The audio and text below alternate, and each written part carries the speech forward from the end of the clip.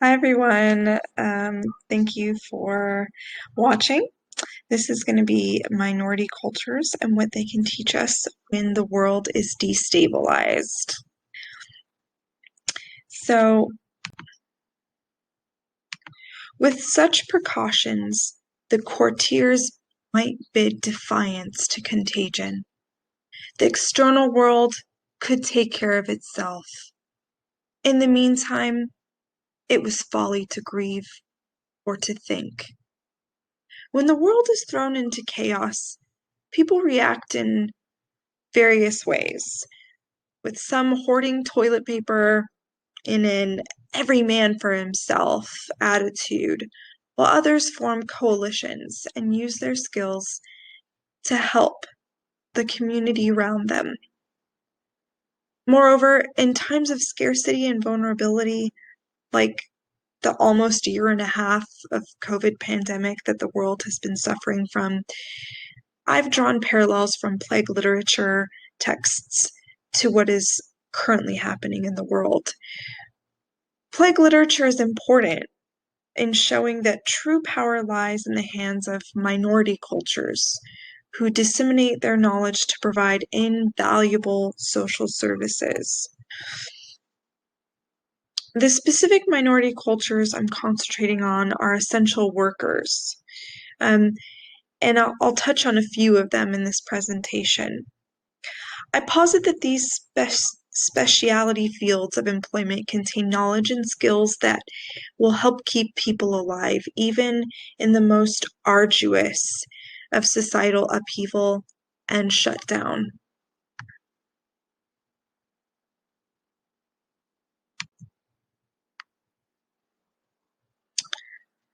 In Edgar Allan Poe's The Masque of the Red Death, high society tried to outrun death and neglected the common people.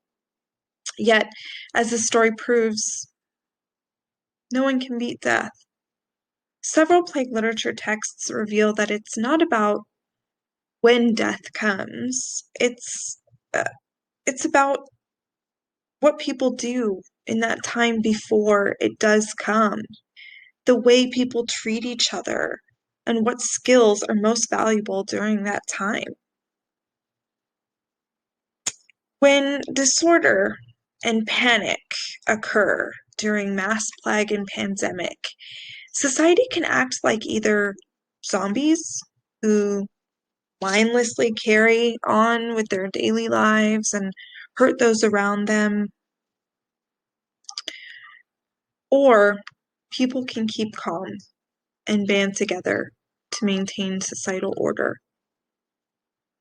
Like the global shutdown seen in the Scarlet Plague, Children of Men, and other plague genres, several things stood out as exceptionally important in people's survival, which are transportation and farming and agricultural knowledge, cultural trading, to name a few. So for transportation, there are thousands of people who are employed as bus drivers, and even more who rely on those services for their daily commute, says the Bureau of Transportation Statistics.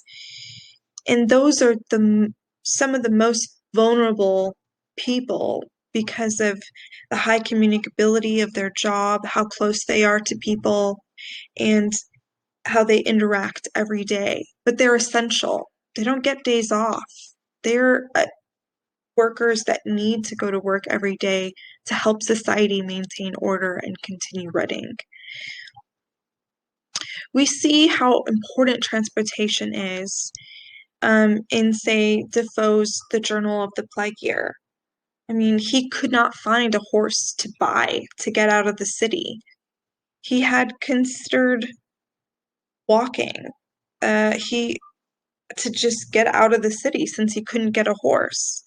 He also described how carriages would have to air out for several days before they could transport anyone again, which is a serious detriment to a business if you're depending on each fare just like Uber drivers.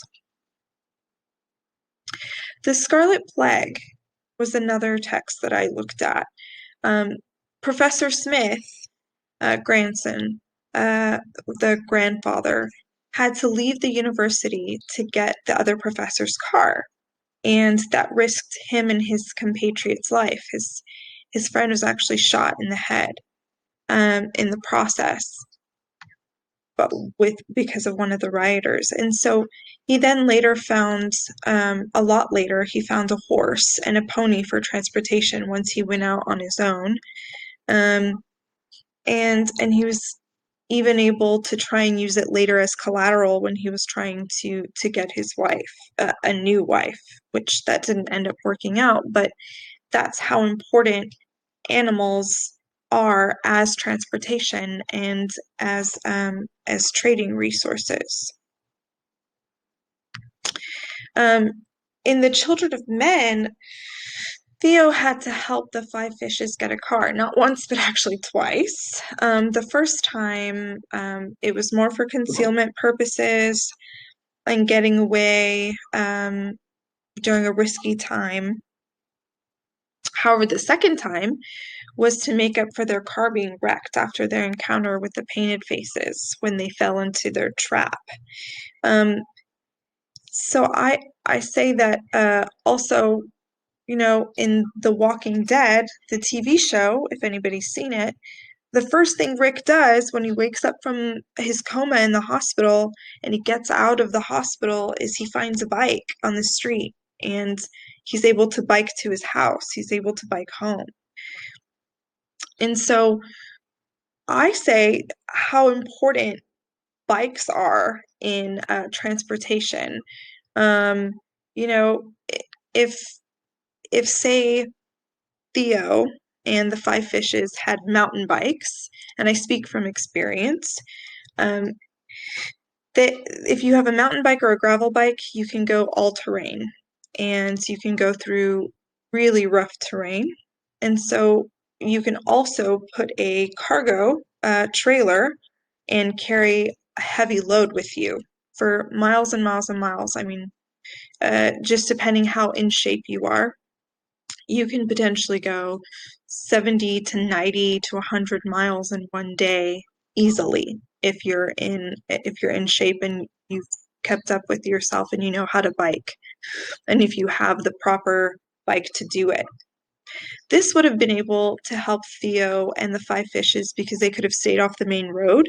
They could have avoided the painted faces and not fallen into that trap. Luke could have survived, right? And many people can actually do that in their daily commutes, right? If more people were using bicycles, then it would be less risk for our bus drivers, who are essential workers in society. And furthermore, it would help us to stay active and healthy, which would help our immune systems when fighting various bacteria and viruses. And in the case of Zombieland, the main character's one of his number one rules is to what? Stay limber, right? And to make sure you're good on your cardio so you can outrun those zombies who represent rioters or criminals who are looking to take advantage of society's loss of law and order during a plague or another major catastrophe. And also, people that work on bikes, bicycle mechanics, are so important. They're essential workers, and they were actually allowed, those businesses were allowed to stay open during the pandemic because of how important they are for transportation. And, bicycle mechanics, they can use tools that run on electricity, but a lot of their tools, you don't need electricity, and you can take them with you anywhere, right? Your toolkit to work on bikes, to change tires, and it's nominal fees to replace the tire if you need a tube. Bicycles are people-powered, is another thing. So thus, more bike riding means people would be less dependent on gasoline. And so locally here, for instance, in San Antonio, I'll just say an example, That would mean that we would be able to shut down the Spruce coal power plant here in San Antonio, which would result in a lot less pollution. And so, according to BBC's article, The Great Bicycle Boom of 2020, even before the pandemic, I quote, millions relied on bicycles to do their jobs or get to work. But when stay-at-home orders temporarily curtailed daily life across the globe, the role of bicycles transformed. With bikes in such high demand, the company saw a new opportunity, providing nurses, doctors, and physicians with bicycles so that they could commute to hospitals and avoid public transportation. End quote. However, we can see that bicycles have not only helped our medical professionals avoid contact with others while avoiding public transportation, but they help everyday citizens get around. And thus governments like Italy and France decided to build more bicycle routes and give money to their citizens to ensure greater chances of social distancing. Isn't that amazing that they gave them money and built more infrastructure to make sure that people could social distance and use bikes to help their public transportation, to kind of ease off of their public transportation. Though not only did the trade routes get affected, however, so the supply and demand of bicycle parts were really, really high, and they needed to be shipped from different parts of the world because there was such a high bicycle boom. They also hindered trade for people who work in agriculture. And we see that farming and agricultural knowledge working with the land and animals is extremely important as a source of transportation, but also for farming. So with my horse and dogs and pony, I set out. Again, I crossed the San Joaquin Valley, the mountains beyond, and came down into Livermore Valley. The change in those 3 years was amazing. All the land had been splendidly tilled, and now I could scarcely recognize it. Such was the sea of rank vegetation that had overrun the agricultural handiwork of man. You see, the wheat, the vegetables, the orchard trees had always been cared for and nursed by man, so that they were soft and tender. The weeds and wild bushes and such things, on the contrary, had always been fought by man, so that they were tough and resistant. That was from the Scarlet Plague. Another quote that I really noticed that was talking about farming and how important knowledge of agriculture is, and identifying what's proper to eat and what's not proper to eat is but first they made their way along the hedge, stuffing their mouths with blackberries. Handsome lips purple-stained, the bushes unplundered were heavy with ripe berries, small plump grenades of sweetness. The berries, breaking against his tongue, restored hope and strength in beads of unbelievably delicious juice. The blackberries were compared to grenades because of their own defense, because food is a weapon when given, withheld, or misidentified. I thought to myself that many plants have twin plants that look like they're alike, but they're actually poisonous. So we see that in the first quote, how important man and farm workers are, and that goes for immigrants and migrants, farm workers that help in that capacity in keeping the land tilled and at bay, right? And cultivating the land. And in the second, how the knowledge of what a blackberry looks like and being able to identify it correctly. So Furthermore, if trade routes are closed to provisions or immigrants from coming to work in the field,